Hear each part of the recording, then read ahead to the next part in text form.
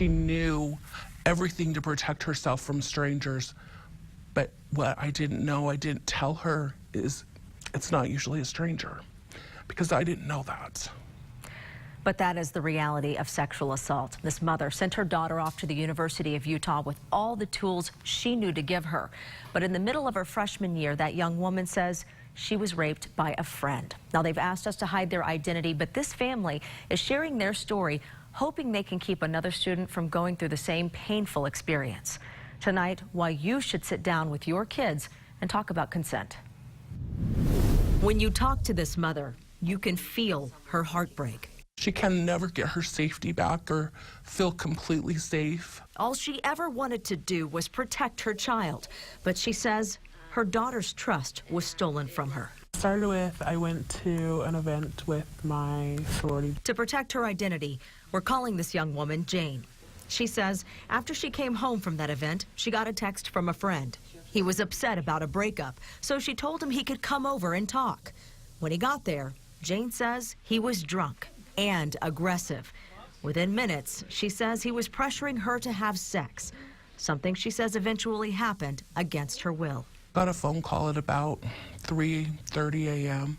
from my daughter, and she said, "Mommy, help me." Jane says she called her mom just 9 minutes after the boy left her dorm room. It was kind of, I know I just kind of broke down, like I freaked out, because I had told him I didn't want to have sex with him. And I called my mom, and she drove down from Layton to the university to come take me to the emergency room. Good for Utah got copies of Jane's complaint to the school and university police. A rape kit was done, police were called. Jane and her mom say those few hours were a whirlwind. I think she was, so traumatized she didn't know exactly what to do, and I honestly had no idea what to do either.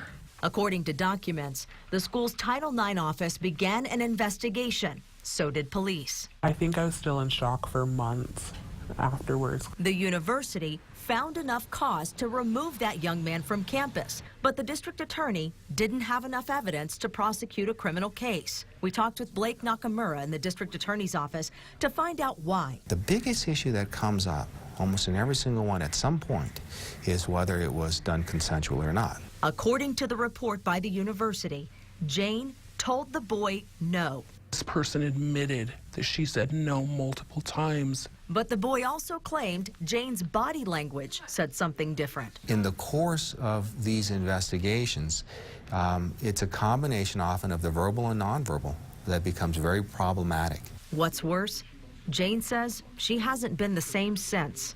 So if a situation like this is not prosecutable, what can we do? Experts say it comes down to knowing personal boundaries before it goes too far. So not waiting for someone to say no or push you away, but asking ahead of time, is this okay? Do you enjoy this? Are you comfortable with this? Now, it's a conversation experts say we need to be having with our young women and our young men. So how do we have that conversation? What parents need to know when we come back. Welcome back. I want to start off with a statistic that you might find surprising. According to the National Institute of Justice, 85 to 90% of sexual assault victims know their attacker. That means it's an acquaintance, a friend, a significant other, and young people are most at risk. So what can parents do to protect their children? We talked with experts to find out. It's nearly inescapable. TV shows, images, music. We've all heard the saying, sex sells. But these visuals aren't just pushing a product. Experts say they could be pushing a harmful message. The guys should just go for it, and it was up to the girls to put the brakes on. Alana Kindness with the Utah Coalition Against Sexual Assault says if we don't talk to our kids about consent, this could end up being their teacher. It gives that very harmful message that young women or girls don't really mean what they're saying. But how do you begin to have a conversation with your kids about healthy relationships? I think there's so many ways we can do that, and it's never just going to be one conversation. And Kindness says it doesn't have to be that dreadful conversation many parents fear. They're very fundamental conversations, and then I think you build from there. She says the talks should start when your child is still very young. Psychotherapist Lisa McCrowan agrees. She's broken it down into 5 things you can start doing with your child today. First, teach by example. Begin asking your child for consent. It's everyone's responsibility to be proactive, to be aware of the impact that their behavior is having on somebody else. It's as simple as changing the statement, "Give me a hug," into a question, "Can I give you a hug?" Let them make the decision, which leads to number 2. Teach them that their no matters. If they tell you no or they're uncomfortable with something, honor that request. Third, let your child know in any circumstance their yes can become a no if they're no longer comfortable with what's going on. It's reminding them that they are in charge of their bodies. From a game of tag to a tickle war to a conversation. When they become uncomfortable, Kindness says they should express that immediately. And if they do become uncomfortable with something, move to number 4. Seek to understand why.